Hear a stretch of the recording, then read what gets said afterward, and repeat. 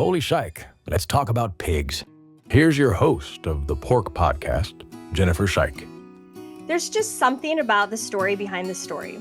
And as a storyteller, I'm always searching for ways to give readers just a little bit more. And that's what the Pork Podcast is all about, bringing you stories of the people and the progress of the pork industry. I'm Jennifer Shike. Let's go find just a little bit more. Well, I know that I am biased, but I believe the pork industry is pretty unique when it comes to creating a place for the next generation to come back to. In fact, one of the coolest programs that I've seen lately is the Pork Industry Immersion Program.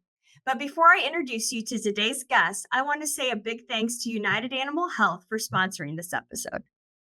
You know, our industry is full of innovative thinkers and strategic business leaders, and there's no doubt that Seth Mitchell is well on his way to being one of the very best in our industry. He just wrapped up a 2-year experience in this Pork Industry Immersion Program and is now serving as Nebraska Pork's Executive Director. It's my honor to welcome Seth to the podcast today. Well, thank you, Jennifer. It's a pleasure to be here. Well, I was listening to some people just the other day discuss how big of a void there is for young leadership and presence in other segments of agriculture. But I argued with them that I don't see that in the U.S. pork industry right now. In fact, I think that the efforts of the National Pork Producers Council and the National Pork Board have really taken some great strides to engage the younger generation in leadership development. And so I'm super excited about that. You know, this wave of young leadership really seems to be grabbing the reins as some of our industry greats, set off into the sunset, into retirement, so to speak. And so I guess I'm encouraged by that. And I'm also encouraged by all of those who are jumping into leadership roles on state boards and national boards. It certainly doesn't seem like they aren't engaged in the pork industry. But what are your thoughts, Seth? What do you see from your perspective? Well, I think you're spot on, and there's tremendous reason to be excited. You know, I'm a firm believer that the pork industry's greatest asset is its people. And so I applaud the industry leaders across the country, both at the state and national level, who have recognized that and have put together some of these programs that have helped develop the next generation of leaders to come back and fill some of those industry roles. And, we look at the National Pork Board and the National Pork Producers Council, reflecting on my experiences there and the great work that they've done. Many states have state pork ambassador programs targeting college students. The National Pork Producers Council recently launched the Young Pork Advocates Program. They have the Pork Leadership Institute, the Leader Program. The National Pork Board has increased their partnerships with the National Swine Registry, Team Purebred, as well as showpig.com. And I think there are more ways than ever now for young people to engage in the pork industry, both on the commercial side as well as the showpig side. And so I'm really encouraged to see, how young people can step up to the plate. I see that here in Nebraska on our board of directors. We have a very young, energized board. We have some producers that, they're transitioning into ownership from their parents, multi-generational operations. And they're always the first to raise their hand when they're called on to go to Pork Forum in Orlando or out to Washington, D.C. and advocate for the industry. And so I think that energy is definitely there. I see that. I'd be remiss if I didn't recognize that with this conversation about future industry leaders, there is still a need for that labor back on the farm. And so I do recognize that. But in terms of the young people willing to step up into leadership and management roles, I think we're in a good spot. Well, I think just that awareness that's out there has really improved. I don't mean to date myself, but I often do that in this podcast. When I was first working for the National Swine Registry and we were getting the National Junior Swine Association going, that's only been around for about 25 years now. And so it seems like just yesterday that we didn't have some of these pathways to get back into the industry. But I'm so excited to see a lot of those leaders that were involved in some of those organizations, really find their place. They got engaged as a leader in NJSA or Team Purebred, and now it's just natural for them to want to be engaged as a leader in their state association or national association and beyond. So before we kind of get into a little bit more of what you're doing now, let's talk a little bit about how your start came to be. How did you get engaged into the pork industry and find yourself here? To really set the stage, I have to take you back in time. And I guess where it all started, if we can set the scene, it was in the back seat of a pickup truck rolling down the highway with a 16-foot steel corn pro in tow, going to pick up some show pigs as a 4-H project there back when I was 8 years old. And, I tell a lot of folks, I say with a high degree of confidence that I likely wouldn't be where I am today working in the pork industry if my parents hadn't taken it upon themselves to put a show pig in my hand when I was that young. And it was really that experience being involved in the show pig project through 4-H and FFA that instilled in me a passion for the swine industry. And I'll never claim to know how our producers run their individual businesses, but what I do know is this: by having that experience raising those pigs, even though it was only a few of them over the years, it really instilled in me the work ethic and responsibility and understanding of what it takes day to day to care for an animal. It's hard work. And I have an appreciation for that work that our producers do on their farm each and every day. And so, whenever it came time for me to choose what I wanted to study, animal science kind of just became that natural next step for me. It was where my passions were. And so ultimately, I went to Lakeland College there in Illinois, studied agriculture there, and then transitioned to the University of Illinois, where I majored in animal science and ended up adding a dual major in agricultural economics as well. And that's really how it all got started and launched me into the career path I'm on today. Well, I remember when I first met you and heard about you, my husband was like, "Ah, this kid, he's a real promising young leader. He's great." And so I heard a lot of good things about you, and I know that you were very active when you were at the University of Illinois. Um, talk to me about what are some of the activities that you think were helpful for you to prepare for walking into this career path that you've taken. Right. Well, I'm glad you brought up your husband. I have the utmost respect for Dr. Dan Scheich. He was a tremendous mentor for me there. And I got to tell a funny story now that you mentioned it. It was actually the week before classes started in the fall of 2019. I had registered for my classes. One of those classes that I'd registered for was advanced livestock evaluation. This is a bit of an embarrassing story, but I got an email from Dr. Scheich, again, the week before classes started, and he said, I hate to break it to you, but we can't enroll you in this class because that is for our current livestock judging team. And, that starts in January and it goes throughout the calendar year. And so they're on the back half of their program. Would love to have you come into my office. Let's sit down and talk about a class that we can find to replace that with here in the animal science department and have a conversation about what a future might look like on the livestock judging team. And so kind of, I guess, felt like I was getting called to the principal's office there the week before classes started. I'd already kind of flubbed up with my enrollment, but sat down with Dr. Scheich, had a very, very good conversation. Ultimately got me plugged into his beef production class and started to build that relationship. And he really talked me into being on the livestock judging team. And I thank him for that because as I reflect on my college experience, that was one of the highlights, if not the best experience or best decision I made when I was in college, was to be on the livestock judging team. So again, I really appreciate Dr. Scheich pushing me in that direction and enabling me to do that. So got enrolled in the animal evaluation class there in the spring. I competed on the senior collegiate livestock judging team at the University of Illinois there in the 2020 season, which, as we all know, came with its challenges. But that was really a great experience. It enabled me to meet some of my closest friends. I'm actually going to one of their weddings later this year, actually two of their weddings later this year. And so, um, again, really, really appreciated that and the opportunity there to learn how to make a decision, learn how to stick to your decision and justify your decision in front of an audience. I think there's tremendous value in teaching that and the public speaking skills to our young people today. Some other experiences that I had in college was being involved with farmhouse fraternity.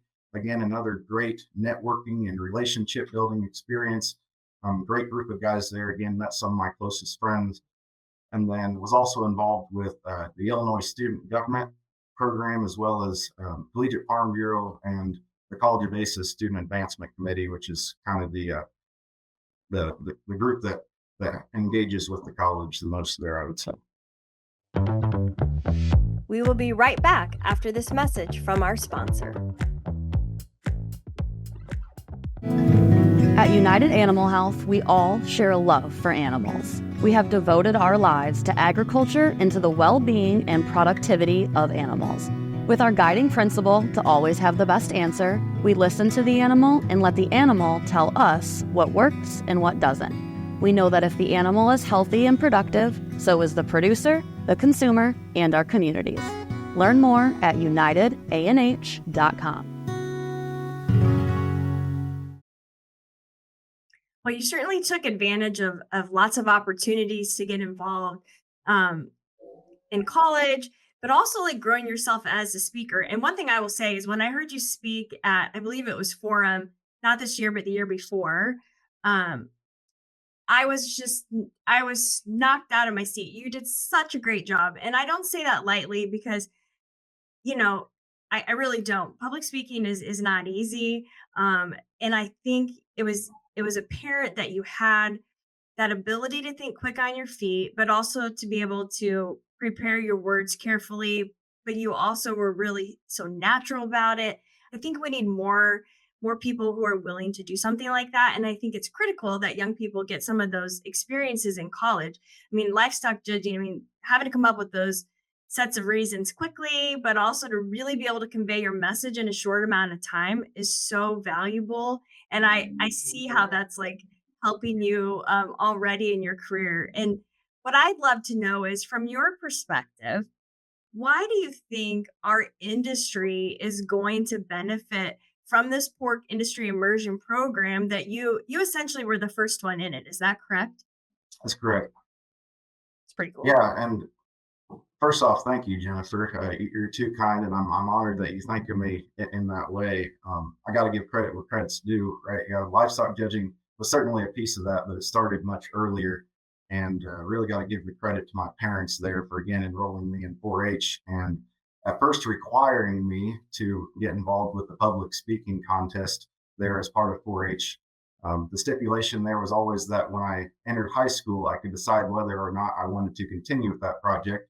Of course, by the time I was 13 or 14, I understood the value and decided to keep going with that. The only two projects I maintained throughout my entirety of 4-H were show pigs and public speaking. And so that's really where it all started. Again, got to give credit back to my parents for, prodding me to do that and encouraging that participation. But yeah, this immersion program here, I think it's just brilliant what the industry's put together. And I guess I should take a step back and explain maybe to some of your listeners what that program really is. And so I had the opportunity over the last little over 2 years to participate in this Pork Industry Immersion Program experience. It's a multi-rotational leadership development program for the pork industry, in which I had the privilege of working for the National Pork Board for 8 months, learning about all things research, education, and promotion. From there, I transferred to the National Pork Producers Council. They're the policy arm of the National Association. So they work in the regulatory space and the political space out in Washington, D.C. I spent some of that time in Des Moines, Iowa, and also some of that time out in Washington, D.C., directly lobbying Congress on some of our federal issues. And then after my NPPC experience, I went out to Raleigh, North Carolina to work on behalf of the producers there in North Carolina, as well as Virginia, through the North Carolina Pork Council and the Virginia Pork Council. So again, a tremendous experience there to kind of see how the issues and the work that the national organizations do funnels down to the states and how that gets deployed on behalf of the producers at the grassroots level. And, to your question though, this program again is brilliant because it's developing a pipeline of leaders to come back into the industry. And the folks who put this together recognize that there are some older folks in the industry that are starting to age out, some tremendous leaders, and they need a bench of good folks to come in and fill those potential vacancies coming down the road. And where do we find those people who are familiar with our industry, who understand our issues, who understand the difference between checkoff and non-checkoff, that can jump into these opportunities and hit the ground running? And that was really the idea behind this program. And so, I I'm really pleased to see that we're currently hiring for the third person to come through this program. I think that's a testament to the value that the industry has placed upon it. And, and I think we also view it as whether or not these individuals ultimately come back to work for pork associations or not, we certainly hope they stay in the pork industry or at least the agricultural industry. And no matter where they land, I'm a firm believer that having gone through this program, they are going to be an advocate for the industry. And it is good to have friends in a lot of places across the agricultural industry. And so the more that we can develop those folks and plant them in appropriate opportunities, I think it's a tremendous win. And again, very innovative on behalf of both the national organizations to see that and do something that I don't think many of our peers in the industry have done. For sure. I mean, were you a little nervous to say yes to being the first one to go through this program? It seems to me like there'd be a few unknowns of what it would pan out to be. What kind of made you say yes? Well, certainly a lot of unknowns, but Jennifer, I'm just blessed to have been offered the opportunity. And as I think about this, I reflect upon a conversation I was having with my good friend and mentor, Jan Archer, down in North Carolina. And she always likes to say that when she heard about this program, one of her thoughts was, well, who would want to participate in that? Moving around every 8 months, all that instability with no certainty of job placement at the end. Who are we going to find to do that? And I have to step back and remind her that she moved all over the world and lived in a lot of different places. So, but that's really, I guess, when I looked at the job description, what excited me was that opportunity to amass these experiences, gain these different perspectives of the industry from different organizations, different locations across the country, the opportunity to travel, to meet different producers. I can still remember the moment when I came across the job description. I was sitting on my couch in my apartment out in Washington, D.C. I was completing an internship with CropLife International at the time. And of course, with an internship, there's a finite end date. And so I was being fairly proactive about seeking out my next opportunity and wanted to get back into the pork industry and was actively looking on the National Pork Board and the National Pork Producer Council's websites, knowing that that would be a perfect merger of my policy and livestock interests. And when I saw this job posting in middle of October, I got really excited. I started reading it, and it almost struck me as though that it was written specifically for my interests. That's really, I guess, the best way I could describe it. And was very quick to throw my name in the hat, and then went through the process and was very fortunate to have been selected in the program. And it was really, honestly, everything and more than I expected it to be. It's so cool when things like that work out. And obviously, it sounds like you had a ton of great learning experiences while you were there. What do you think was one of the most impactful learning moments for you during this program?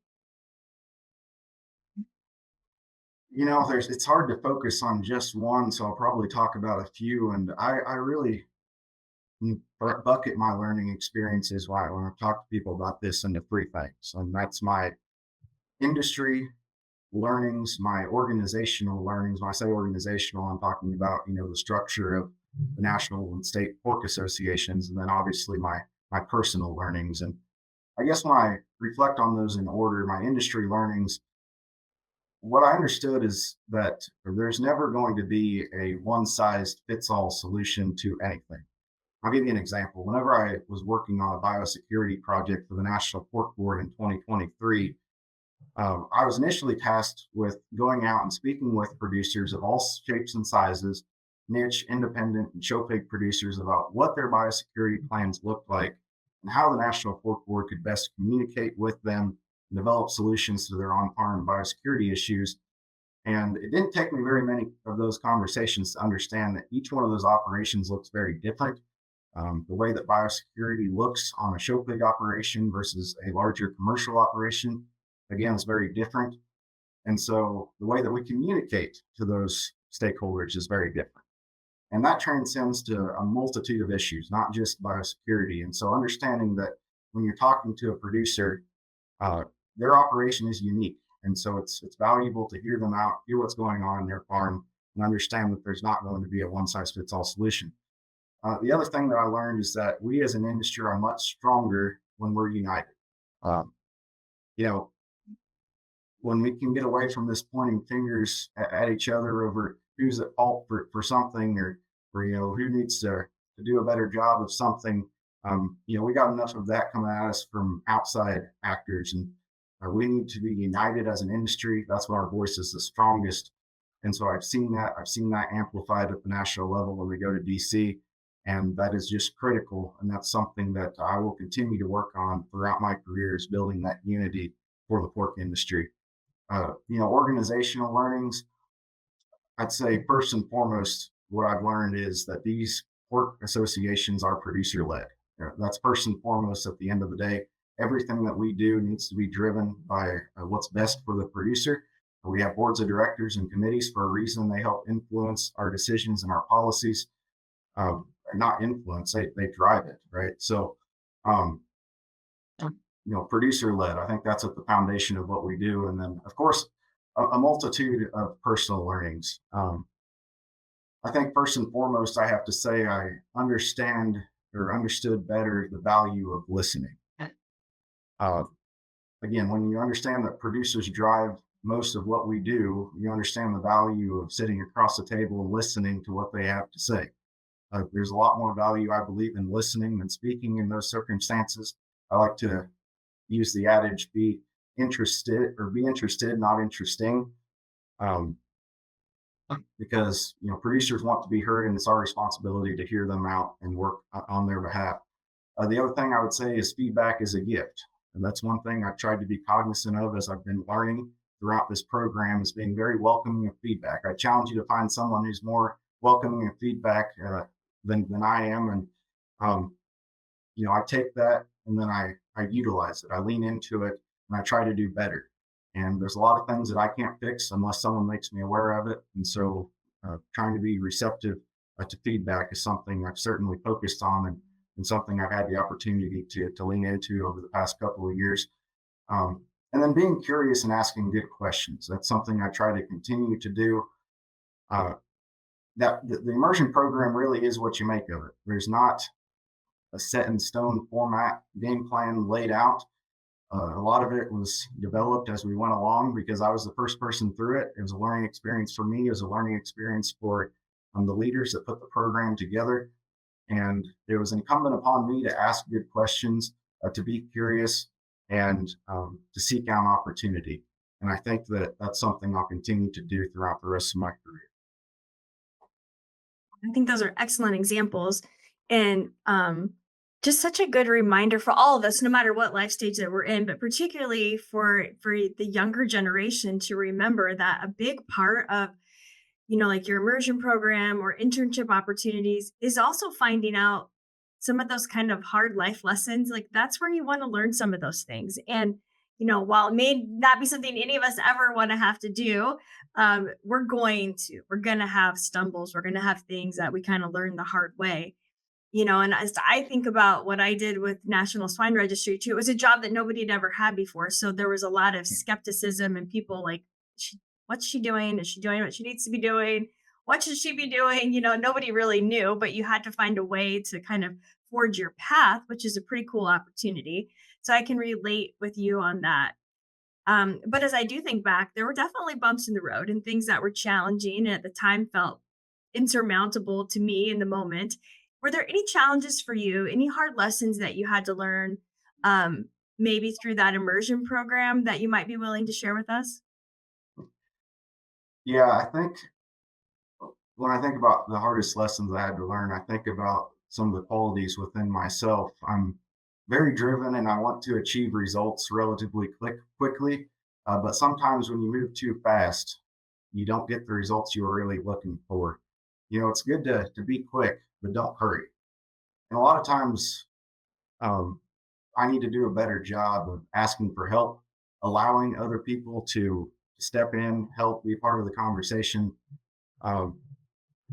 And I just had to slow down at times and understand that things take time. And I think about some of my experiences and projects that I had both at the National Pork Board and the National Pork Producers Council. And I just wanted it to happen overnight and be done, but had to take a step back and understand that there were a lot of other people that needed to come to the table, that needed to be a part of the conversation. and make sure that we had a solid, good game plan moving forward. And so, when I led that biosecurity tabletop discussion at the National Pork Board, we invited a number of industry stakeholders from across the country into the room to have a conversation about what a foreign animal disease might look like if there were ever one to break at a pig show or at a show pig operation somewhere in the country. And it was a tremendous conversation. It brought a lot of light to that issue. But we ended up putting that together in about 2 months. And so, had I started on that earlier, had I been a little bit more intentional about that, it would have taken some of the pressure off of my colleagues, because I know I was asking a lot of them kind of in the moment. And rather than compiling a list of things that I needed from them and going to them and asking for that in more of a batch type scenario, I was just constantly asking for things along the route. So again, appreciate my colleagues at the National Pork Board for putting up with me throughout that process. Again, it was a tremendous event, but I did learn a lot through that in terms of being patient with others, making sure that I'm being respectful of other people's time and of the asks that I make of them, but and making sure that I'm giving them ample opportunity to engage there. When I was at the National Pork Producers Council, I had the privilege of working on a project that would help bring more youth into the National Pork Producers Council and that level of engagement, the Young Pork Advocates Program, as it's called now. And again, that was an idea I had back in September of 2023. I was very ambitious, wanting it to be fully launched by the time worked by World Pork Expo in 2020, in 2024. But ultimately, that didn't end up launching until the end of August of 2024, just because there were a few more approvals that needed to happen. There were a few more pieces that need to go into that. And so, again, just understanding that things take time, and that's okay. And that it's okay to be patient. It's okay to take a step back and recognize that, well, more, the more people are engaged on it, the better, usually. Yeah. I love the be quick, but don't hurry. And I can definitely relate to you on those were some of my first learning lessons. I almost feel like I'm listening, not exactly the same situation, but where I would come in and I would want things kind of, let's go. And I just was maybe a little bit too hurried sometimes with how I wanted to get back information. And maybe there's people who would still say that, but I can blame it on being a journalist and I got to roll a little faster these days. Well, But I think that's a challenge with our generation, right? I mean, we yeah, live in an environment now where it's instant gratification almost. You have a phone, you have a computer in your pocket, you can get whatever you want, whenever you want. That's just kind of the environment we live in. So you have to mentally take a step back and understand that not everything does or needs to move that quick. right. It's very true. It's very true. Well, Brian Humphreys, who is the CEO of the National Pork Producers Council, for those listening who may not know Brian, um, told me that he believes that you are just such an excellent hire for the Nebraska pork producers, and has mentioned to me, because part of what I do is do a little background on you and find out what other people have to say about you. But he told me that several producers in Nebraska have already told him how much they appreciate that you are hitting the ground running. And so that's where the whole be quick part comes in. But what I love is what Brian went on to say next. He said, among Seth's many strengths, and what stands out most to me is his unique ability to project calm in any situation. This goes beyond simply staying composed himself. He creates a sense of steadiness that influences those around him. So, no matter the level of pressure or uncertainty, Seth's calming presence helps teams stay focused, grounded, and ready to tackle both the challenges and opportunities. And I'm impressed by that, because I think you're pretty young to possess that calming influence already. To me, it sounds like some of the lessons that you've learned about patience are coming through in this as well. But tell us what your secret is. How have you been able to harness this? Is this your personality? Have you always been like this, or is this something that you've learned through your education and training? Well, first off, got to give thanks to Brian Humphreys. Those are some very, very kind things to say. Um, I consider Brian to be a tremendous mentor to me. And we talk about mentors, we can talk about personal board of directors. I definitely consider Brian to be on that. He's never shy to give me some words of wisdom or offer me some nuggets that I've certainly implemented throughout my immersion experience, and especially now as I've moved into a leadership role with Nebraska Pork. And so I really appreciate that. He always tells me that advice is worth what I pay for it, but it's worth more than I pay for it for sure. It's extremely valuable. So appreciate Brian, appreciate his mentorship there, and appreciate his comments.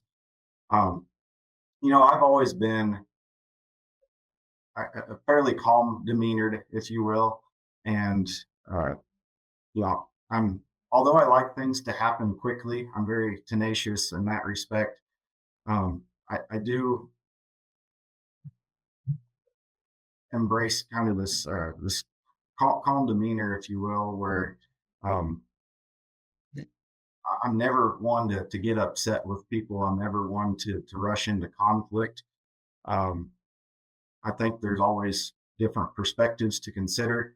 Uh, I'm a wonder and idea guy, if you will. I'm always trying to ask the question, are there ways that we can do things better? I like to come up with ideas then to make those things better, but I'm always open to feedback. And I think that's really where that comes from, is that receptivity to feedback, that ability to listen to other people's perspectives without getting upset, without letting your thoughts in the back of your mind be overbearing on or influential on what you would think of those perspectives, but um, still sticking to your values. Not compromising your values or your integrity, but certainly being open to conversation, understanding that there are various perspectives. I think that's been critical for me, and being able to step back and evaluate scenarios and before rushing in and making rash decisions. Well, I know you've only been on the job for less than a month. And by the way, is this your new office behind you? This is, yeah, yep. It Come to looks you so live from Lincoln, clean and Nebraska. organized. I'm not It's gonna not lie, I messy. had a lot of papers on this desk behind me here that I threw in the cabinet before we logged on. I didn't feel like those needed to be in the background, so it's not Well, always this organized. it's not okay, fine. That's fair. That's fair. Well, I figured it'll get messy soon enough. But talk to us a little bit about what are some of your dreams and visions for Nebraska Pork? Um, they chose you, but you also chose them. So talk to me about what some of that vision that you have for them and what you hope to see happen. I'm really excited to be here. Nebraska pork, or the Nebraska pork industry, is the sixth largest in the country. There's a tremendous opportunity here. I spoke about our board of directors earlier. They're young, they're energized, they want to do new things. They're open to change. That excites me. And uh, as I think about what my priorities are moving forward, I can't start anywhere before I know and understand what the producer needs. Again, this is a producer-led organization, and so it's incumbent upon me here in the first few weeks, the first few months, to get out on the farm, meet the producer at the farm gate, listen to them, understand their issues, understand what's going on in their operations before I can really put together an intentional game plan as to where we go forward as an organization. I think that's mission critical number one. And so, here in the first few weeks, I've already been reaching out to people, setting up those farm visits, trying to make that happen.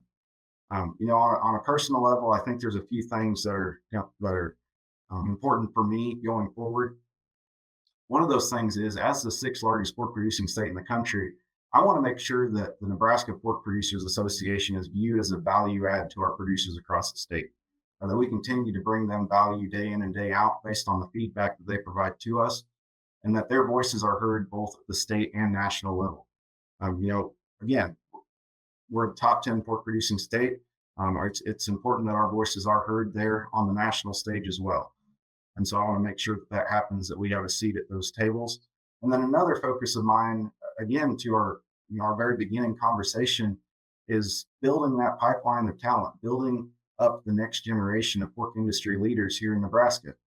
And there's a number of ways that we can do that through a pork ambassador program with our college students, a pork leadership institute equivalent here in the state of Nebraska to help develop our young and beginning farmers, getting them opportunities to engage at World Pork Expo out in DC with the Legislative Action Conference, it's some of those things that will help build our grassroots presence and engagement, hopefully stimulating more committee involvement, more state board of directors involvement, and ultimately national board of directors involvement that will help propel us forward as an organization. That's one of my key focuses here early on.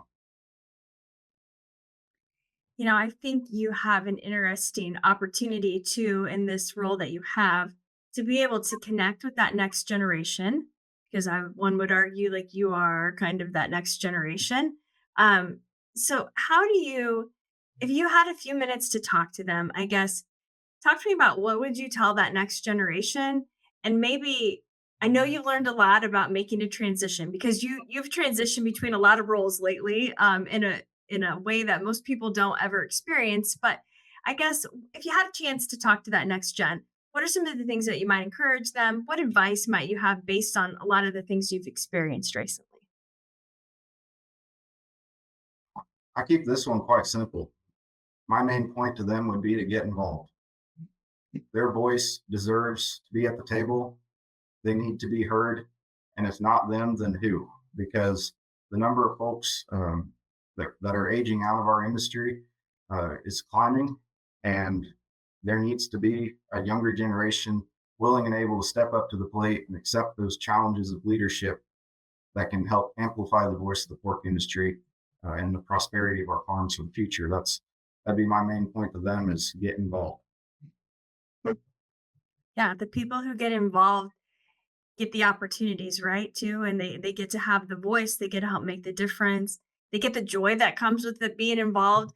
I think a lot about, my daughter, she's in college now, and she gets just so excited. She's had to do some video scholarship interviews, and so she shares her little speeches with me. And man, yesterday was a tough day, and I'll be honest, like, watching her video was a highlight of my day, just to see the passion and enthusiasm that she has, and I'm just grateful to get to talk to people like yourself, to get to listen to my kids, because you really energize those of us who've maybe been out in the trenches a little bit longer.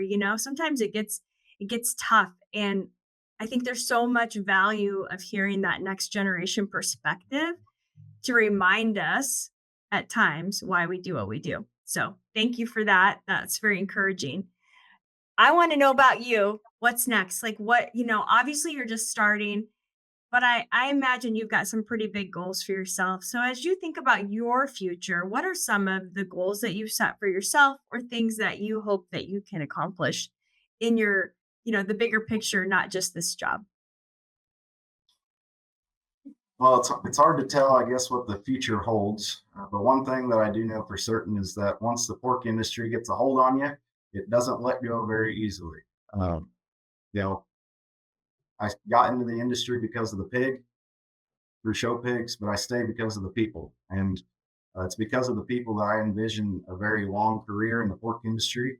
I don't have any desire at this time to go anywhere else. And, as I think about my goals, I really think about my purpose, right? And, I don't know exactly what my career path might look like.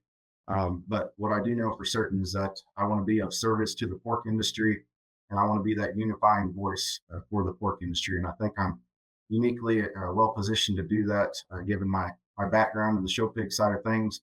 Obviously, working now more closely with the commercial side of things, but really just engaging with all levels of production, looking to guide them towards that North Star, that undefined North Star, if you will, towards the future of the industry.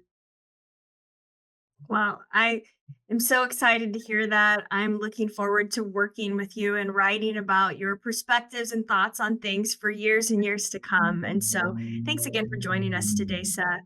And I want to say we really appreciate the support of this episode's sponsor, United Animal Health, a global leader in health and early swine nutrition, helping producers optimize performance from day one. With a one-of-a-kind pathogen surveillance program, United doesn't just track threats, they keep you ahead of them. And that's why United Animal Health says they are the name to know in pathogen research. And you can learn more at unitedanh.com. Again, thanks to all of our listeners for being here. We appreciate your support. And again, this is Jennifer Scheich, finding the story behind the story.